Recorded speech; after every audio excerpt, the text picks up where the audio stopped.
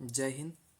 आज हम लोग शुरू करते हैं 10 क्लास के फिजिक्स के 20 महत्वपूर्ण क्वेश्चन। तो चलिए शुरू करते हैं। पहला क्वेश्चन है, यदि आपतित किरण और परावर्तित किरण के बीच 90 डिग्री का कोण बनता है तो परावर्तन कोण का मान कितना होगा। इसका आंसर बहुत सारे लोग 90 को सोचेंगे, जबकि इसका सही आंसर है 45।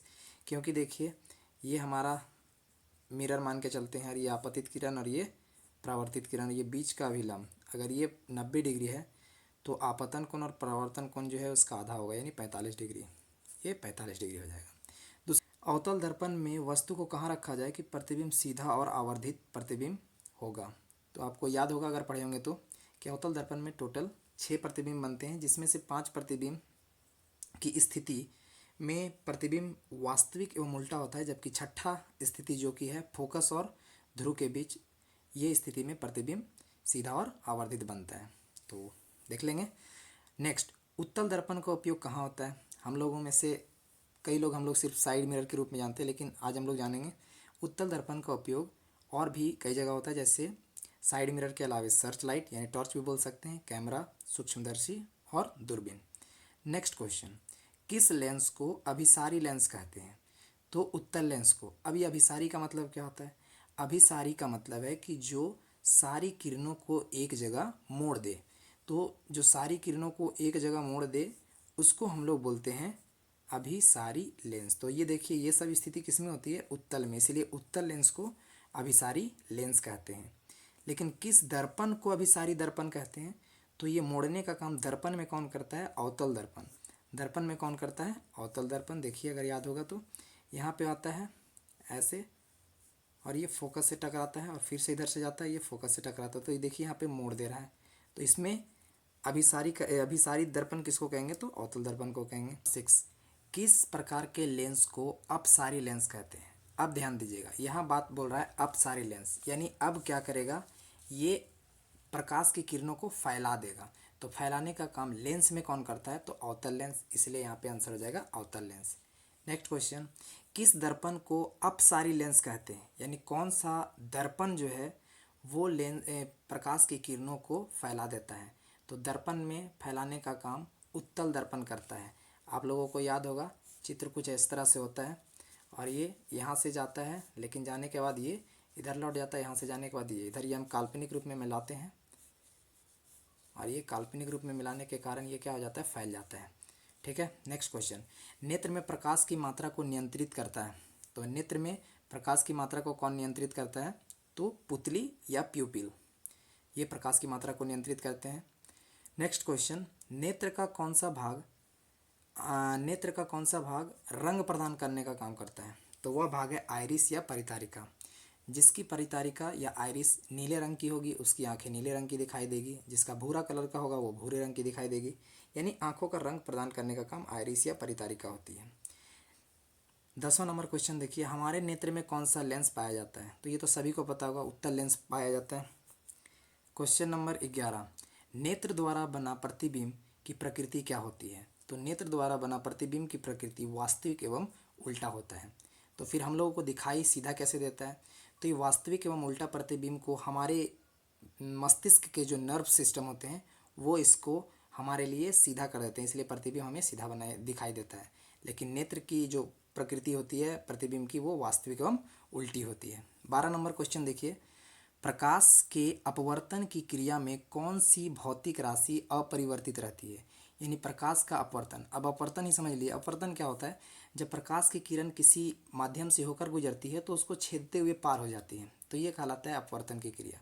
अब इस दौरान जो है वो एक चीज़ जो है वो नहीं बदलती है, वो क्या नहीं बदलती, आवृत्ति यानी फ्रीक्वेंसी।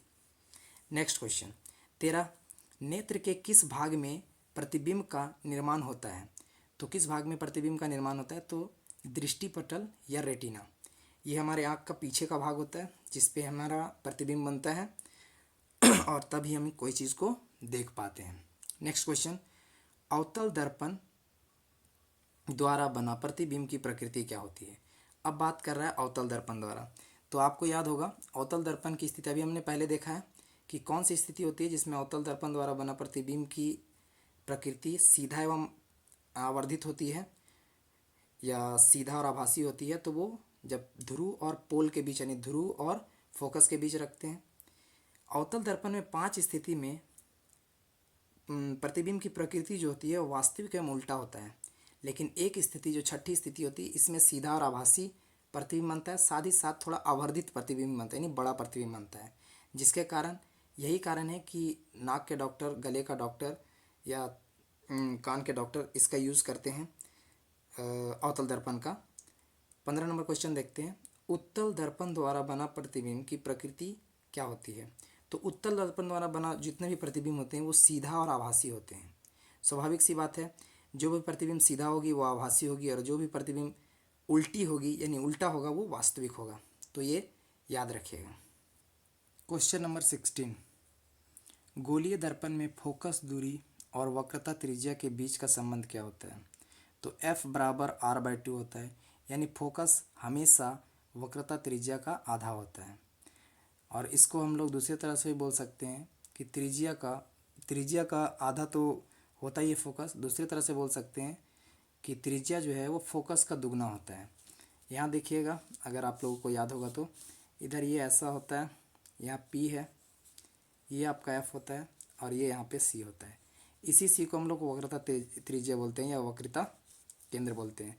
तो यहाँ देखिए, ये अगर मान के चलिए 5 है तो ये क्या हो जाएगा 10 हो जाएगा, तो फोकस के जस्ट डबल है। देखिए सेम क्वेश्चन यहाँ पर पूछ भी दिए हैं, यदि किसी दर्पण की वक्रता त्रिज्या 24 सेंटीमीटर है तो फोकस क्या होगी। यानी यहाँ से यहाँ 24 सेंटीमीटर है तो ये क्या होगी, तो आधा हो जाएगा 12 सेंटीमीटर। नेक्स्ट क्वेश्चन, लेंस की क्षमता और फोकस दूरी के बीच का संबंध क्या होता है। तो लेंस की क्षमता और फोकस दूरी के बीच का संबंध होता है P बराबर 1/f। लेकिन इसमें याद रखिएगा, जब भी हमेशा दूरी देगा तो दूरी को आप क्या में लीजिएगा, मीटर में लीजिएगा। क्यों मीटर में लीजिएगा, क्योंकि दूरी का स्टैंडर्ड जो मात्रक होता है यानी स्टैंडर्ड यूनिट जो होता है वो मीटर ही होता है। कई बार ये सेंटीमीटर में देता है और हम लोग सेंटीमीटर में पुट कर देते हैं 1/f के रूप में और आंसर खोजते हैं, जो कि नहीं मिलता है। नेक्स्ट क्वेश्चन यहाँ देखिए, उत्तल लेंस की फोकस दूरी 25 सेंटीमीटर है तो क्षमता क्या होगी। सेम अभी बताएं, 25 सेंटीमीटर है और क्षमता पूछा है लेंस तो P बराबर क्या हो जाएगा 1/f। f यहाँ दिया हुआ है 25, तो बता रहे हैं यहाँ सेंटीमीटर में है, तो सेंटीमीटर में तो हमको इसको पहले मीटर में बदलना होगा, यानी 100 से भाग देना होगा। अब ये स्वाभाविक सी मैथ का नियम है, काट दीजिए 25 चौका 100, 4 बार। अब ये 4 ऊपर की ओर चल जाएगा, इसलिए ये होगा 4 आंसर पॉजिटिव में। नेक्स्ट और 20 क्वेश्चन, 20वां नंबर क्वेश्चन, एक लेंस की क्षमता -0.25 डायोप्टर है तो लेंस किस प्रकार का होगा और फोकस दूरी क्या होगी। तो फिर से यहाँ पे देखिए क्षमता दिया है अबर, तो F बराबर क्या हो जाएगा 1/D 1/P।